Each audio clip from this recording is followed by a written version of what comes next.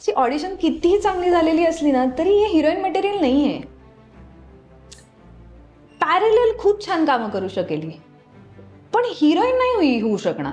मी equally talented आहे, मी experienced आहे, तरी सुद्धा मी फक्त केवळ मराठी इंडस्ट्रीमध्ये काम केलेलं आहे म्हणून मला कमी पैसे जर तुम्ही ऑफर करत असाल तर मी त्या कमी पैशात मराठीमध्ये काम करेन. Correct. Just for the sake I don't have much followers.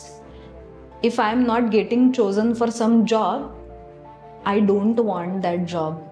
मग त्याची ऑडिशन मला नाही आली तरी मला त्याचं काही दुःख नाही आहे.